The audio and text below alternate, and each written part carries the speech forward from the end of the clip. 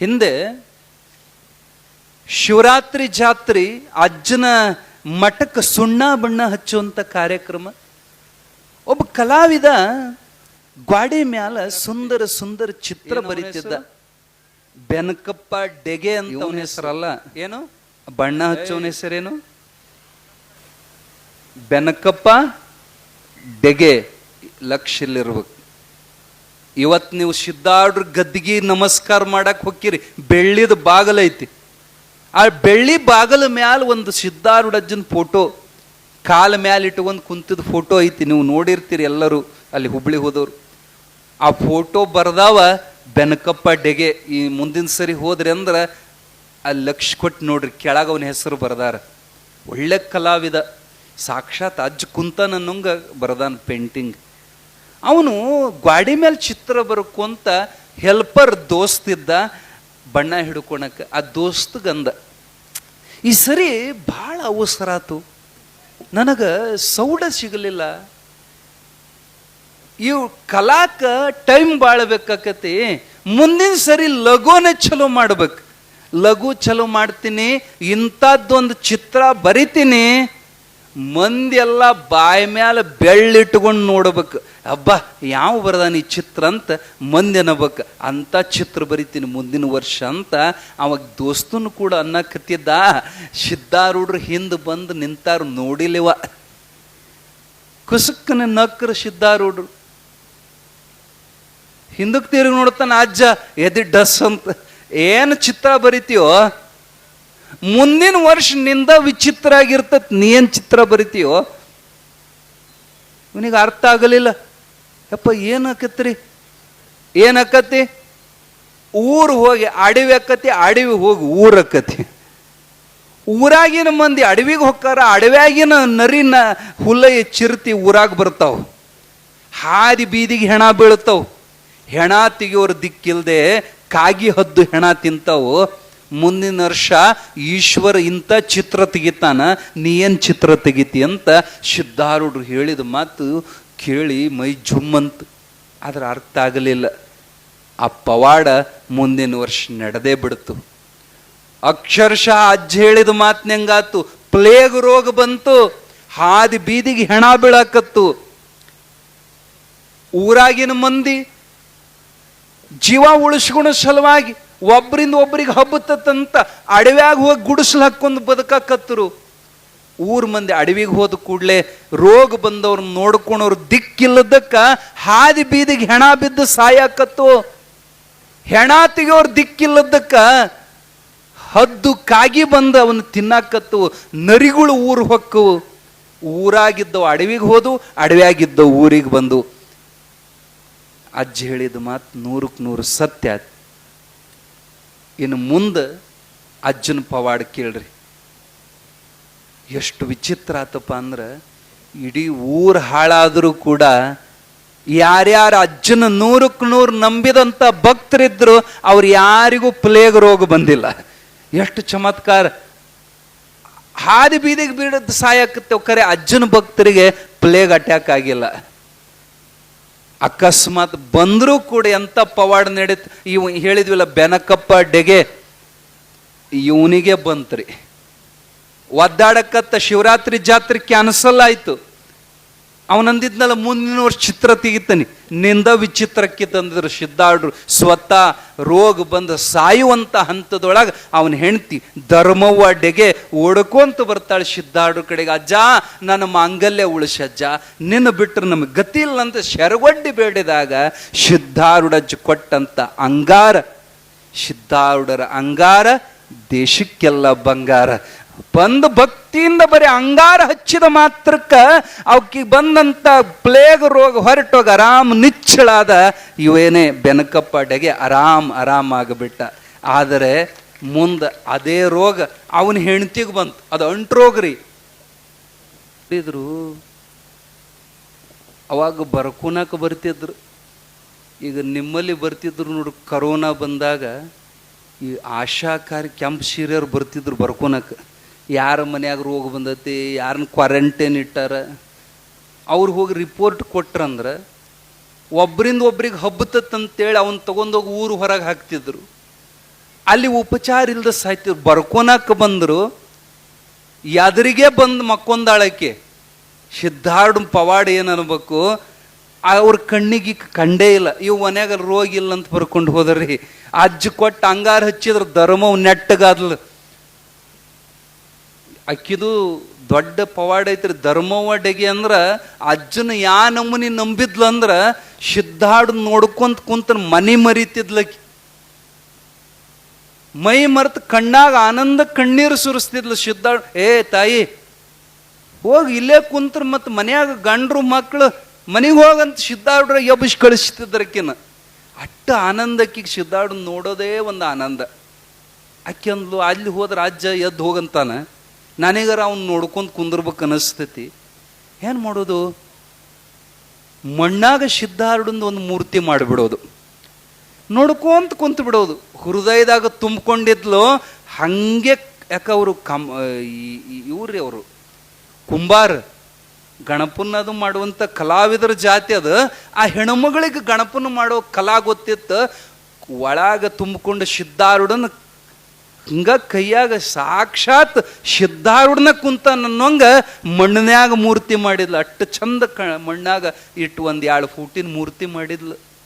ಎಷ್ಟು ಚಂದ ಆಗಿತ್ತಂದ್ರೆ ಎದ್ದು ಹೋಗಂಗಾಗುವಲ್ದು. ಅದನ್ನ ನೋಡ್ಕೊಂತ ಕುಂತ್ಲು. ಹೊಟ್ಟೆ ಹಸಿದಿತ್ತು, ಒಂದಿಟ್ಟು ಉಂಡು ಬರ್ಬೇಕಂತ ಉಂಡು ಮತ್ತೆ ಬಂದ ಅಜ್ಜನ ಮುಂದೆ ಕುಂತ್ಲ. ಉಂಡು ಬರೋದ್ರಾಗ ಅಲ್ಲಿ ಏನಾಗಿತ್ತಂದ್ರೆ ಹಣಿ ಮ್ಯಾಲ ಒಂದು ಸಣ್ಣದ ಹಳ್ಳ, ಕಲ್ಲಿನ ಹಳ್ಳ ಇತ್ತು ಹಣಿ ಮ್ಯಾಲ. ಅಯ್ಯ ಇದೆಲ್ಲಿದು ಬಂದು ಸೇರ್ಕೊಂತಂತ ಉಗುರಿಲ್ ತೆಗಿಯಕ್ಕೆ ಹೋದ್ಲ. ಅದು ಇನ್ನೋಟು ಒಳಗೆ ಹೋತು.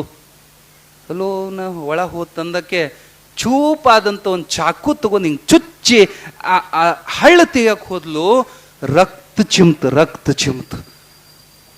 ಮೈ ಜುಮ್ಮಂತು. ತಪ್ಪಾದ ಸಿದ್ಧಾರೂಢ ಅಂತ ಅದನ್ನ ವರ್ಷಕ್ಕೆ ಹೋಗ್ಕಳ. ತಲೆ ಸುಡಾಕತ್ತೈತಿ. ಗಾಬರಿ ಆದ್ಲು. ಓಡ್ಕೊಂತ ಸಿದ್ಧಾರೂಢರ ಕಡೆಗೆ ಬಂದ್ಲು. ಹೇಳ್ಬೇಕು ಅಜ್ಜನ ಮುಂದಂತ ಬರ್ತಾಳ. ಕರೇನ ಸಿದ್ಧಾರೂಢರ ಹಣಿ ಮ್ಯಾಲ ರಕ್ತ ಹೆಪ್ಪಾಗೈತಿ, ಮೈ ಸುಡುತ್ತೈತಿ. ಡಾಕ್ಟ್ರ್ ಬಂದು ಟ್ರೀಟ್ಮೆಂಟ್ ಮಾಡ. ಅಜ್ಜ ಏನಾತೆ ಅಜ್ಜ ಅಂತಂದು ಬಂದ್ಲು. ನಕ್ರ ಸಿದ್ಧಾರೂಢರು ಮಾಡೋದೆಲ್ಲ ಮಾಡ್ಯಾಳ. ಮತ್ತಿಲ್ಲಿ ಬಂದು ಏನಾತಂತ ಕೇಳಾಕತ್ಯಾಳ. ಅಲ್ಲಮ್ಮ ಹಂಗೆ ಚುಚ್ತಾರೇನು ಚಾಕು ತಗೊಂಡಂದ್ರೆ? ಅಪ್ಪ ನಾನು ಮೂರ್ತಿಗೆ ಚುಚ್ಚಿದೆ, ನಿನಗೆ ಹೆಂಗ ನಾಟ್ತಂದ್ರೆ? ಅಮ್ಮ ಅದು ಮಣ್ಣಂತ ನೋಡಿಲ್ಲ ತಾಯಿ ನೀನು. ಸಿದ್ಧಾರೂಢನೇ ಇವನಂತ ಒಮ್ಮೆ ನಂಬಿ ನೋಡಿದ ಮ್ಯಾಲ ಚಾಕು ತಗೊಂಡು ಚುಚ್ತಾರನವ ಅಂತ ಸಿದ್ಧಾರೂಢರು ಕೇಳಿದ್ರು. ಇದು ನಡೆದ ಘಟನೆ. ಅಂತ ಧರ್ಮ ಮೂರ್ತಿ ಧರ್ಮವ್ವ ಡೆಗೆ, ಆ ಬೆನಕಪ್ಪನ ಹೆಂಡತಿಕಿ. ಆಕಿಗೂ ಕೂಡ ಸಿದ್ಧಾರೂಢಜ್ಜ ಕೊಟ್ಟಂತ ಒಂದು ಚಿಟ್ಟ ಅಂಗಾರದಾಗ ನಿಚ್ಚಳಾದ್ಲು. ಸತ್ತು ಹೋದಾಕಿ ಬದುಕಿದಂಗ ಆದ್ಲು. ದೊಡ್ಡ ಪವಾಡ ನಡೀತು. ಇವೆಲ್ಲ ಘಟನೆ ಯಾಕೆ ಹೇಳಕತ್ತೀವಿ? ಮುಂದಿನ ಘಟನಾ ನಮ್ಮ ಸಂಬಂಧಪಟ್ಟದ್ದೈತಿ. ಈಗ ಹೇಳಿದ್ವಲ್ಲ, ಕುರುಡ್ರಿಗೆ ಕಣ್ಣು ಬರ್ತಾವ ಅನ್ನೋದಕ್ಕೆ. ಅದೇ ಹುಬ್ಬಳ್ಳಿಯಾಗ ಒಬ್ಬ ಬಡವ ನೇಕಾರ ಜೀವಪ್ಪ ಅಂತ ಅವನ ಹೆಸರು. ಮಂದಿ ಬಾಡಿಗೆ ನೇಕಾರಿಕೆ ಮಾಡಕ್ಕೆ ಹೋಗಿದ್ದ. ನೇಕಾರಿಕೆ ಮಾಡಿ ಅವತ್ತು ದುಡ್ದಿಲ್ಲ ಅಂದ್ರೆ ಹೊಟ್ಟಿಗೆ ತಣ್ಣೀರು ಬಟ್ಟೆ. ಹಸಿವು ಭಾಳ ಕೆಟ್ಟಿತ್ತು ಹಿಂದಿನ ಕಾಲಕ್ಕೆ. ಈಗಿನ ಮಂದಿಗೆ ಏನ್ರಿ ಎಲ್ಲ ಪುಕ್ಕಟ ಅಕ್ಕಿ, ಪುಕ್ಕಟ 2,000, ಪುಕ್ಕಟ ಬಸ್ಸು. ಯಾರಿಗೂ ಹಸಿವು ಅನ್ನೋದು ಈಗಿನ ಮಂದಿಗೆ ಗೊತ್ತಿಲ್ಲ. ಹಸಿದು ಒದ್ದಾಡೋ ಪ್ರಸಂಗ. ಇತ್ಲಾಗ ಹೊಟ್ಟಿಗಿಲ್ಲ, ಇತ್ಲಾಗ ಪ್ಲೇಗ್ ಬಂತು. ವಿಲ ಒದ್ದಾಡ್ತಾ ಇದ್ದಾರ. ಸಿದ್ಧಾರೂಢ ಹಗಲು ರಾತ್ರಿ ಗಂಡ ಹೆಂಡತಿ ನೆನಸಕತ್ಯಾರ. ಆ ಪ್ಲೇಗದ ಗಂಟು ಬಗಲಾಗ ಒಂದು ದೊಡ್ಡ ಗಂಟಾಗಿತ್ತು. ಇನ್ನು ಗಂಟು ಹೊಡಿತತಿ, ಇವ ಸಾಯ್ತಾನ, ಉಳಿಯೋದಿಲ್ಲ. ಮಾತು ಬಂದಾಯ್ತು.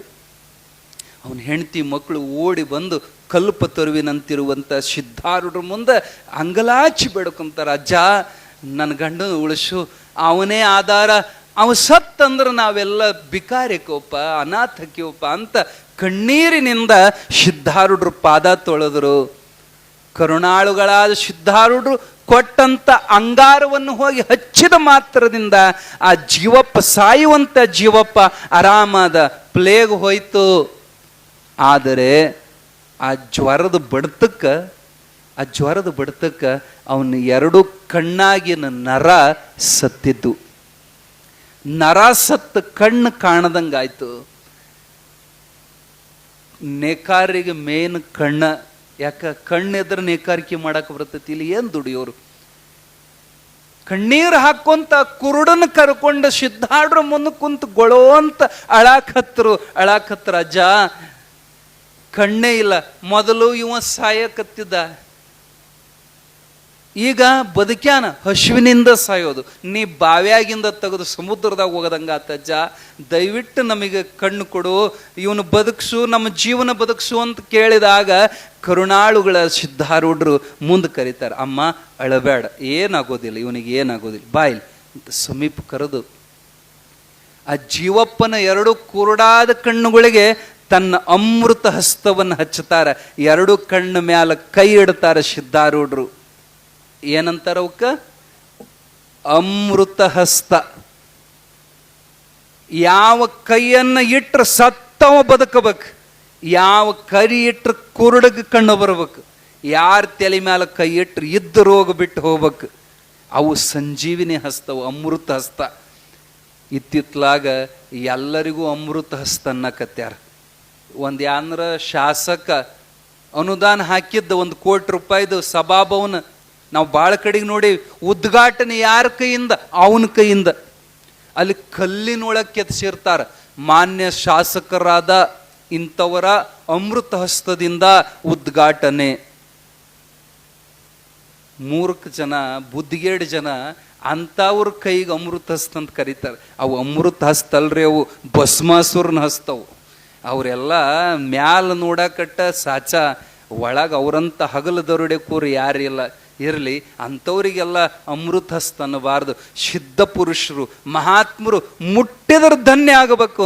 ಅಂತ ಸಿದ್ಧಾರೂಢಪ್ಪನ ಹಸ್ತ ಅಮೃತ ಹಸ್ತ ಜೀವಪ್ಪನ ಕುರುಡು ಕಣ್ಣಿನ ಮ್ಯಾಲೆ ಇಟ್ಟರು. ತಾವು ಉಟ್ಟು ದೋತ್ರ ಹರಿದ್ರ ಅವನ ಕಣ್ಣಿಗೆ ಕಟ್ಟಿದ್ರು. ಕೈ ಹಚ್ಚಿ ಹೇಳ್ತಾರೆ, ಹೋಗು ಮನೆಗೆ ಹೋಗಿ ಅರಿವಿ ಬಿಚ್ಚರಿ, ಸದ್ಗುರುನಾಥನ ದಯದಿಂದ ಅವನಿಗೆ ಹೋದ ಕಣ್ಣು ಬರ್ತಾವ, ಹೋಗ್ರಿ ಅಂತ ಕಳಿಸಿದ್ರು. ಮನೆಗೆ ಬಂದು ಸಿದ್ಧಾರೂಢ ಸ್ವಾಮಿ ಮಹಾರಾಜ್ ಕಿ ಜೈ ಅಂತೇಳಿ ಆ ಕಣ್ಣಿಗೆ ಕಟ್ಟಿದ ಅರಿವಿನ ಬಿಚ್ಚಿ ನೋಡಿದ್ರ ಮೊದಲು ಎಟ್ಟು ನಿಚ್ಚಳ ಕಣ್ಣು ಕಾಣ್ತಿದ್ದವು, ಅಟ್ಟೇ ನಿಚ್ಚಳವಾಗಿ ಕಣ್ಣು ಕಾಣಕ್ಕೆ ಚಲೋವಾದವು. ಜೀವಪ್ಪಗ ಹೋದ ಕಣ್ಣು ಹೊಳೆ ಬಂದಿದ್ದವು. ಕುರುಡರಿಗೆ ಕಣ್ಣಾಗಿ, ಮೂಗನಿಗೆ ಮಾತಾಗಿ. ಅಜ್ಜ ಮುಟ್ಟಿದ ಅಂದ್ರೆ ಕಾಲು ಹೋದಂತ ಹೆಳವ ಗುಡ್ಡ ಹತ್ತಬಲ್ಲ, ಗುಡ್ಡ ಹತ್ತಬಲ್ಲ. ಅದನ್ನೂ ಒಂದು ಕತೆ ಕೇಳೇ ಬಿಡ್ರಿ. ನಡೆದ ಕತೆ ಹಳೆ ಹುಬ್ಬಳ್ಳಿ ಒಳಗ ನೇಕಾರ ಓಣಿ ಒಳಗನ ಚನ್ನಪ್ಪ ಅನ್ನುವಂಥ ಒಬ್ಬ ಜ್ವರದ 3 ವರ್ಷದಿಂದ ಅವನಿಗೆ ಎಂಥ ಜ್ವರ ಅಂದ್ರೆ ನಿಂದ್ರಾಕ್ ಸಹಿತ ತ್ರಾಣಿಲ್ಲ, ಓಡಾಡಕ್ ಸಹಿತ ತ್ರಾಣಿಲ್ಲ. ದುಡಿದು ತಿನ್ನೋ ಮನುಷ್ಯನ ಕಾಲು ಹೋದವು. ಜ್ವರದ ಬಡ್ತಕ್ಕೆ ಕಾಲೇ ನಡದಿಂದ ಕೆಳಗ ಏನು ಶಕ್ತಿ ಇದ್ದಿಲ್ಲ, ಎಲ್ಲ ಮಲಗಿದಲ್ಲೇ. ಎಲ್ಲರೂ ನಮಗೆ ಕಿಮ್ಮತ್ತು ಯಾವಾಗ ಕೊಡ್ತಾರ? ನಾವು ಏನಾರ 4 ದುಡ್ಡು ತಂದ್ವಿ ಅಂದ್ರೆ ಹೆಣ್ಮಕ್ಳು ಅಂತಾರ, ನನ್ನ ಬಂಗಾರ, ನನ್ನ ಸಿಂಗಾರ, ನನ್ನ ರಾಜ. ದುಡ್ದು ತಂದ್ರೆ ಇದು ಅಲ್ಲೇ ಬಿದ್ದು ಇವನ್ ತೊಳೆಯೋದು ಬೆಳೆಯೋದು ಬಂತಂದ್ರೆ ಇದ್ರ ಹೆಣ ಎತ್ಲಿ, ಇದು ಎಲ್ಲ ಗಂಟು ಬಿತ್ತಿದ್ ನನಗೆ. ತೊಳೆದು ಬೆಳೆದು ಮತ್ತು ಅವರ ಕೀಸರು ದುಡಿಯಾವಲ್ಲ, ದುಃಖ ಪಡವಲ್ಲ, ಬರೀ ಇವನ್ ತೊಳೆಯೋದು ಬೆಳೆಯೋದು. ಕೊನೆಗೆ ಇವನಿಗೆ ಅಂಥ ಪ್ರಸಂಗ ಬಂತಪ್ಪ ಅಂದ್ರೆ ಹೆಣ್ಣು ಸಹಿತ ಹೇಸ್ಕೊಂಡು ಬಿಟ್ಟು ಹೋಗ್ಬಿಟ್ಲು. ತವ್ರ ಮನೆಗೆ ಹೋಗ್ಬಿಟ್ಲು ಹೆಣ್ತಿ. ಇದನ್ನೆಲ್ಲ ತೊಳೆಯೋದು ಬೆಳೆಯೋದಂತ ಬಿಕಾರಿಯಾದ ಮಕ್ಕಳು ನೋಡುವಲ್ರು, ಸ್ವಸ್ಥರು ನೋಡುವಲ್ರ, ಸಾಯುವಂಥ ಪರಿಸ್ಥಿತಿ ಬಂತು. ಚೆನ್ನಪ್ಪನ ಗೆಳೆಯ ಒಬ್ಬಿದ್ದ, ಅಯ್ಯೋ ನನ್ನ ದೋಸ್ತಿಗೆ ಅಂಥದ್ದು ಬಂತಲ್ಲ ಅಂತ ಹೊಲಸು ನಾರ್ತಿತ್ರಿ. ಅದನ್ನು ಸ್ವಚ್ಛ ಹೆಂಗೋ ತೊಳೆದು ಬೆಳೆದು ಅದನ್ನೆಲ್ಲ ಒರೆಸಿ ಬ್ಯಾರೆ ಅರಿಬಿ ಹಾಕೊಂಡ ಚಕ್ಕಡಿ ಮ್ಯಾಲ ಹುಲ್ಲು ಹಾಕಿ ಹುಲ್ಲಿನ ಮ್ಯಾಲ ಇದನ್ನು ಹೇರ್ಕೊಂಡು ತಗೊಂಡು ಬಂದರು. ಜಗದ್ಗುರು ಸಿದ್ಧಾರೂಢರ ಕಡೆ ಕರ್ಕೊಂಡ್ಬಂದರು, ಹೊತ್ಕೊಂಡು ಬಂದರು. ಆದರೂ ಅದು ಹೊಲಸು ನಾರ್ತಿತ್ತು. ಎಷ್ಟೋ ದಿನದಿಂದ ಅದು ಕುಂತಲ್ಲಿ ಜಿಡ್ಡಾಗಿ ನಾರ್ತಿತ್ತು. ಸಿದ್ಧಾರೂಢರಂದ್ರು, ಇವನು ಎಷ್ಟು ನಾರ್ತಾನು, ಇವನು ತಗೊಂಡು ಹೋಗಿ ಮೊದಲು ಕೆರೆಯಾಗ ತೊಳ್ಕೊಂಬರ್ರಿ ಅಂದ್ರು. ಇಲ್ರಿ ಅಜ್ಜ, ಮೈ ತೊಳ್ಕೊಂಬಂದೀವಿ. ಅದು ಏನಾಗಿತ್ತು ರೀ, ಬರೋ ಮುಂದೆ ದಾರ್ಯಾಗ ಮತ್ತೆ ಮಲಗಿದಲ್ಲೇ ಏನೇನೋ ಮಾಡ್ಕೊಂಡಿತ್ತದು. ಅದು ನಾರಾಕತ್ತಿತ್ತಪ್ಪ, ಹೋಗಿ ಕೆರೆಯಾಗ ಮೊದಲು ತೊಳ್ಕೊಂಬರಿ. ಸಿದ್ಧಾರೂಢ, ನಾನು ಬರೀ ನಿಮಿತ್ತ. ಪೆನ್ ಬರಿತೈತಿ, ಪೆನ್ ಸ್ವಂತ ಬರಿತೈತೇನು? ಒಬ್ಬ ಹಿಡಿದು ಬರೆಸಿದಾಗ ಪೆನ್ ಬರಿತೈತಿ. ಗಂಟೆಯನ್ನು ಪಿಡಿದೋರ್ವ ಟಂಟೆಣಿಸಲು ನಾದ ಮುಂಟಲ್ಲದೆ ತಾನಾಗೆ ನುಡಿಯುವುದುಂಟೆ, ಶ್ರೀ ಗುರುವೇ ಕೃಪೆಯಾಗು. ಒಬ್ಬ ಹಿಡಿದು ಬಾರಿಸಿದ್ರೆ ಗಂಟೆ ಢಣ ಢಣ ಢಣ. ಇಲ್ಲಿ ಡಗ್ಗ ಬಡಿಯಕತ್ಯಾರ, ಡಗ್ಗ ತಾನೇ ಢಂಡನಂತ ತಿನ್ನೋದು, ಹಿಡಿದು ಬಾರಿಸಿದ್ರೆ ಡಗ್ಗ. ಹಂಗೆ ನಾವು ಸಹಿತ ಅವನ ಕೈಯಾಗಿಂದ ಒಂದು ಸಾಧನ ಹೊರತು ನನ್ನಿಂದ ಅನ್ನೋದನ್ನ ಬಿಟ್ಟು ಬಿಡಬೇಕು. ಸಿದ್ಧಾರೂಢಪ್ಪ ಒಲದ ಅಂದ್ರೆ ಯಾತಕ್ಕೂ ಬರಲಾರದ್ರ ಕಡೆಯಿಂದ ಬೇಕಾದ ಕೆಲಸ ಮಾಡಿಸ್ತಾನ. ಇಂಥ ಅನೇಕ ಪವಾಡ ಮಾಡ್ಯಾನ ಸಿದ್ಧಾರೂಢಪ್ಪ. ಈ ಘಟನದ್ದು ಒಂದು ಪ್ರಸಂಗ ಕೇಳ್ರಿ. ಅಜ್ಜಿಗೂ ವಯಸ್ಸಾಗಿತ್ತು, ಹಣ್ಣಾಗಿದ್ರು. ಇನ್ನು ಅಜ್ಜ ಎಷ್ಟು ದಿನ ಇರ್ತಾರೆ ನಮ್ಮ ನಡುವೆ ಗೊತ್ತಿಲ್ಲ. ಆದರೆ ಇರೋದ್ರೊಳಗನ ಅಜ್ಜಂದು ಒಂದು ಚಂದ ಮೂರ್ತಿ ತಯಾರಾಗಬೇಕು. ನೋಡಿದ್ರೆ ಸಾಕ್ಷಾತ್ ಅಜ್ಜ ಕುಂತಾನ ಅನ್ನಬೇಕು. ಅಂಥದ್ದು ಒಂದು ಅಜ್ಜ ಇದ್ದಾಗನ ತಯಾರಾಗಬೇಕು. ಯಾಕೆ? ಫೋಟೋ ನೋಡ್ಕೊಂಡು ಮಾಡಕ್ಕೆ ಹೋದ್ರೆ ಒಂದಿಟ್ಟು ಹೆಚ್ಚು ಕಮ್ಮಿ ಆಕೈತಿ.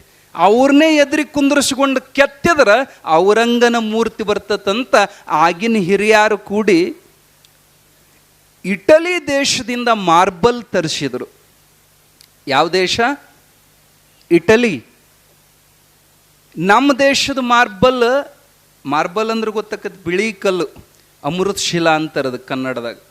ನಮ್ಮ ದೇಶದ ಮಾರ್ಬಲ್ ಸ್ವಲ್ಪ ಬಿರ್ಸ್. ಇಟಲಿಯನ್ ಮಾರ್ಬಲ್ ಬೆಣ್ಣಿದ್ದಂಗೆ ಹೆಂಗೆ ಕೆತ್ತತೀರಿ ಹಂಗೆ ಆಕಾರಕ್ಕತಿ.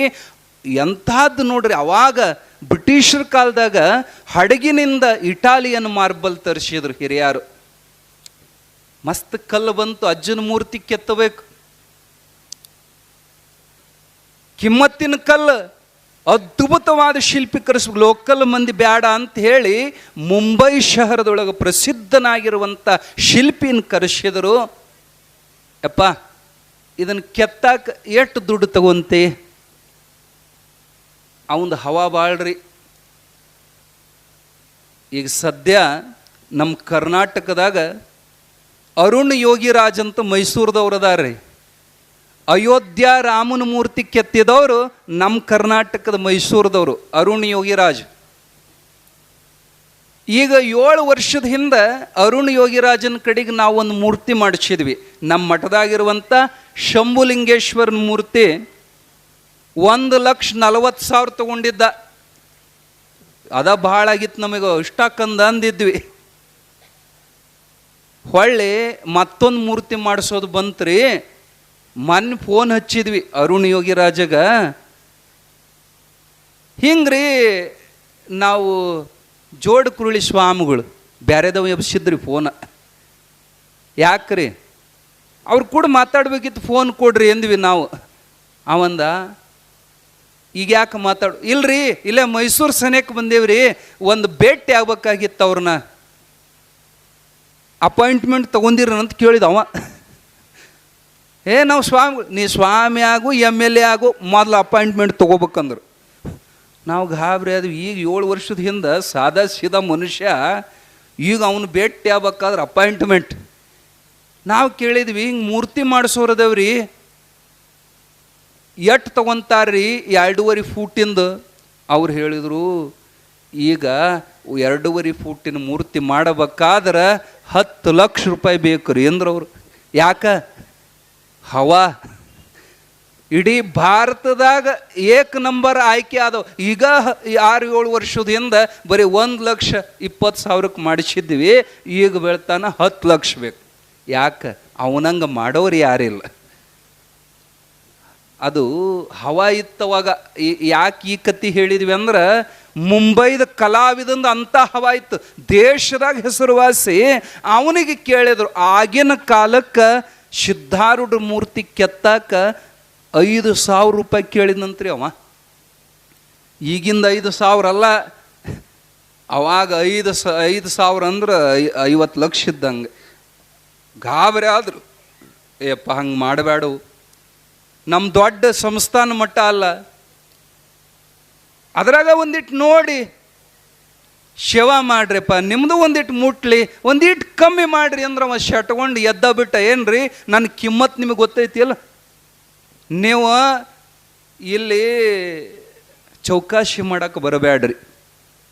ನಂದು ಒಂದ ಮಾತಂದ, ಹಿರಿಯರು ವಿಚಾರ ಮಾಡಿದ್ರು ಸಿದ್ಧಾರೂಢರ ಕಡೆಗೆ ಹೋದ್ರಂದ್ರೆ ಸ್ವಲ್ಪ ಬಗ್ಗಬೋದಿವ ಅಂಥೇಳಿ ಬರ್ರಿ ಇಲ್ಲಿ ಒಂದಿಟ್ಟು ಅಜ್ಜರ ಕಡೆಗೆ ಹೋಗ, ಅಜ್ಜನ ಕಡೆಯಿಂದ ಹೇಳಿಸ್ಬೇಕಂತ ಹೋಗಿ ಹೇಳಿದರು. ಸ್ವತಃ ಸಿದ್ಧಾರೂಢ ಅಜ್ಜ ಹೇಳ್ತಾರೆ, ತಮ್ಮ ನಮ್ಮದು ಸಂಸ್ಥಾನ ಮಠ ಅಲ್ಲಪ್ಪ, ಪ್ರತಿದಿನ ಭಿಕ್ಷುಕ್ ಹೋಗ್ತಾರೆ ನಮ್ಮ ಮಠದಾಗ, ಕಂತಿ ಭಿಕ್ಷು ರೊಟ್ಟಿ ಬಂದಾಗ ನಮ್ಮ ಹೊಟ್ಟೆ ತುಂಬ್ತವಪ್ಪ, ಅಷ್ಟಾಕಂತ ತಗೋಬೇಡ, ಸೇವಾ ಮಾಡು.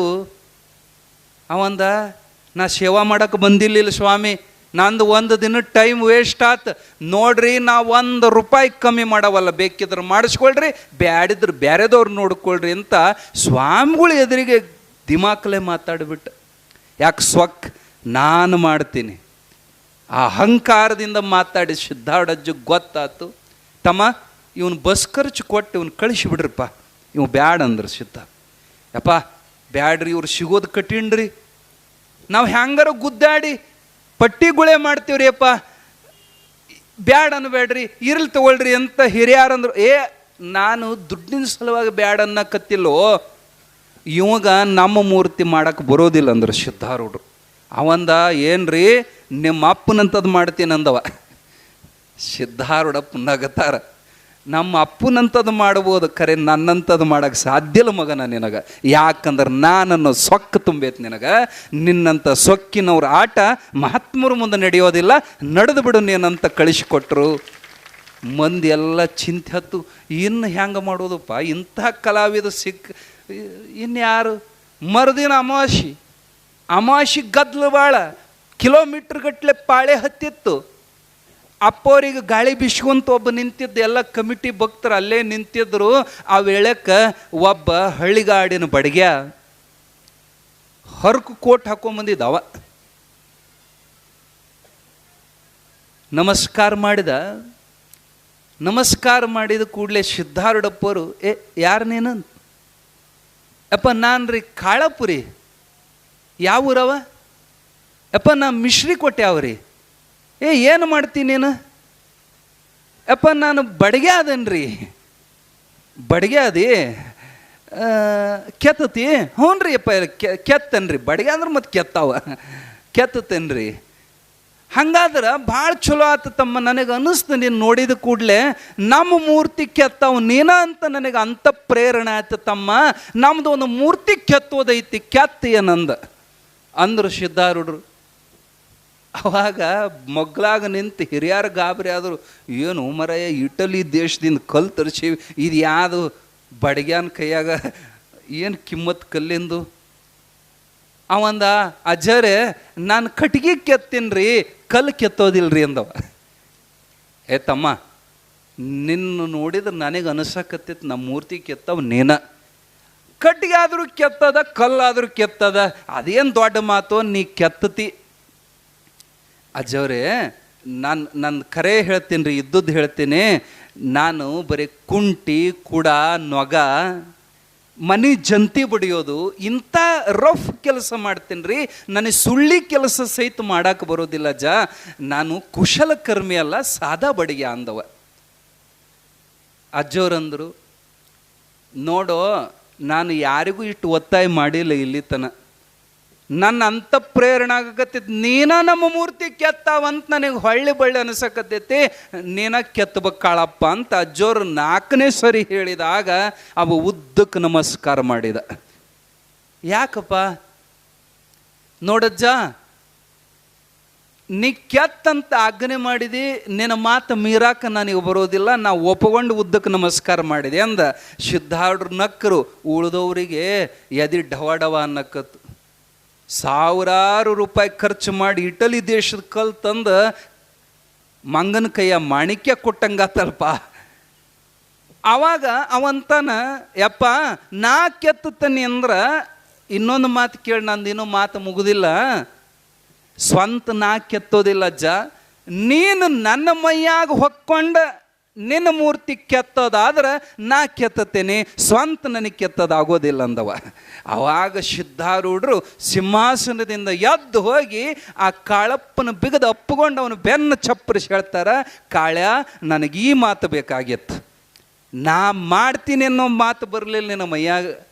ನನ್ನ ಮೈಯಾಗ ನೀ ಹೊಕ್ಕ ನಿನ್ನ ಮೂರ್ತಿ ನೀ ಮಾಡಿಸ್ಕೊಂಡ್ರೆ ನಾ ಮಾಡ್ತೀನಿ ಅಜ್ಜ, ಸ್ವಂತ ನನಗೆ ಮಾಡೋ ತಾಕತ್ತಿಲ್ಲ.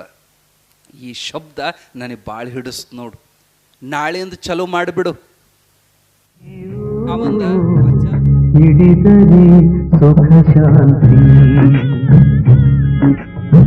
ಜನಕನ ಮಾತಾ ಶಿರದಲ್ಲಿ ಧರಿಸಿದ ಅನುಪಮ ರಘುರಾಮ,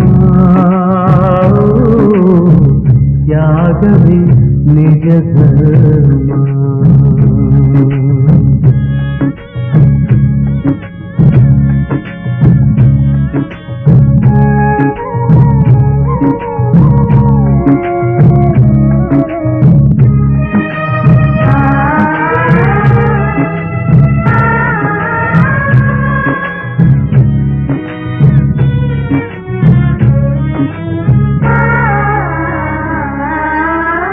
ಸಿರಿ ಸುಖ ಧೂಳು ಎನಿಸಿ ದೊರೆತನ ದೂರ ಇರಿಸಿ, ಚಪಲತೆಯೆಲ್ಲ ತ್ಯಜಿಸಿ ಅರಿವಿನ ದೀಪ ಉರಿಸಿ, ನಡೆದನು ರಾಮ ವಿರಾಗಿ ಸಂಜೆಯ ಆಡತಿಗಾಗಿ. ರಾಮನು ಪ್ರೇಮದ ಮೂರ್ತಿ, ಸತಿ ಸೀತೆಯು ರಾಮನ ಸ್ಫೂರ್ತಿ. ಭೂಮಿಯ ಗೆದ್ದರೆ ರಾಜ್ಯ, ಮನದಾಸೆಯ ಗೆದ್ದವ ಪೂಜ್ಯ. ಬದುಕೆ ವಿಧಿ ಸೂತ್ರವು,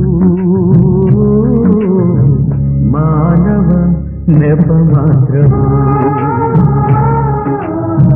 ಜನಕನ ಮಾತಾ ಶಿರದಲ್ಲಿ ಧರಿಸಿ ಅನುಪಮ ರಘುರಾಮ,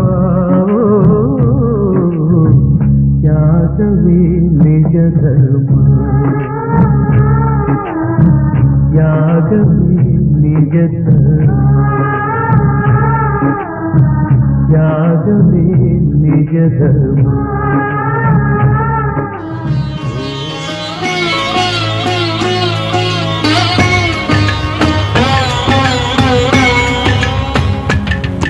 ಏನು ತಂದೆಯೋ ನೀನು ಬರುವಾಗ, ಏನು ಕೂಡಿಟ್ಟೆ ಜಗದಲ್ಲಿರುವಾಗ, ನಿನಿ ಮಣ್ಣಿಗೆ ಅನ್ನವಾಗುವಾಗ, ಹೊತ್ತು ಒಯ್ಯಬೇಕು ಪುಣ್ಯಾನ ಜೊತೆಯಾಗ. ಅವವಿದ್ಯೆ ಕಲಿತರೆ ಏನು, ಸಾವವಿದ್ಯೆ ಕಲಿಯಲಿಲ್ಲ ನೀನು.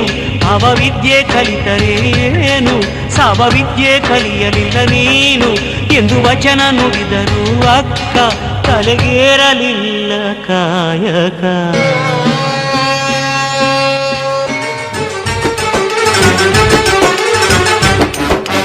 ಯುವಜನ ಶಕ್ತಿಯು ಮನಸ್ಸಿಟ್ಟು ದುಡಿದರೆ ನಡೆದರೆ ಭೂಮಿಗೆ ಸ್ವರ್ಗ ಇಳಿವುದು.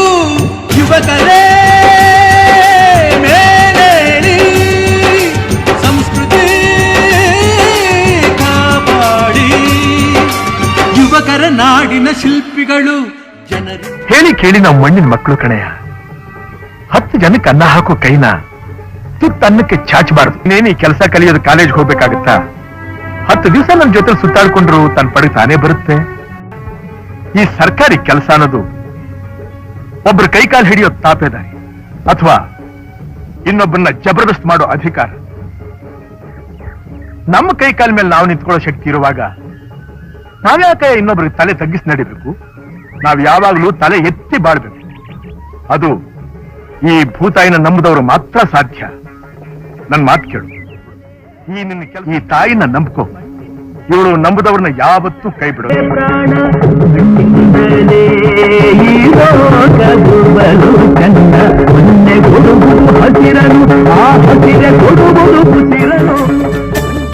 ಜಯ ಗುರುದೇವ ಬಸವಣ್ಣ, ಜಯ ಗುರುದೇವ ಬಸವಣ್ಣ, ಬಾಗೇವಾಡಿಯ ನಮ್ಮಣ್ಣ, ಬಾಗೇವಾಡಿಯ ನಮ್ಮಣ್ಣ.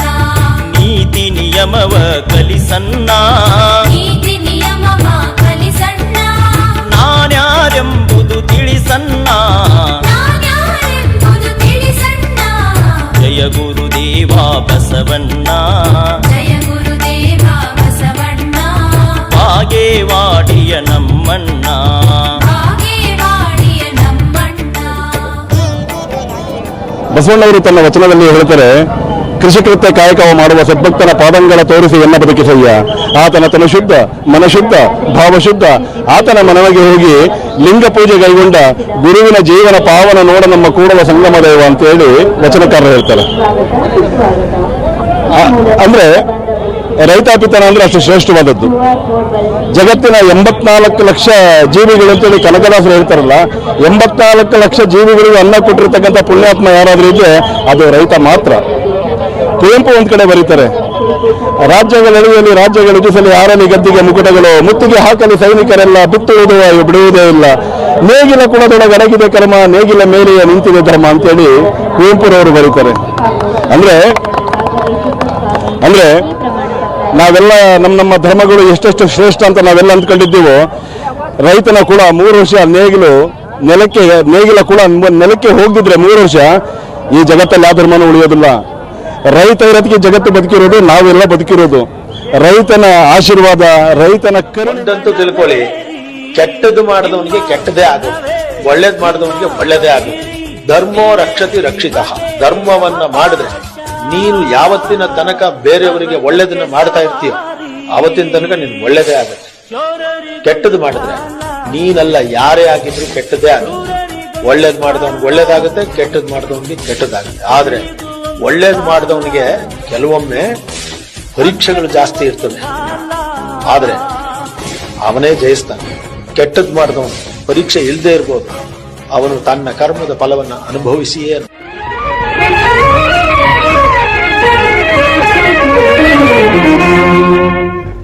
ಸಿರಿವಂತನಾದರೂ ಕನ್ನಡ ನಾಡಲ್ಲೇ ಮೆದೆಲೆ,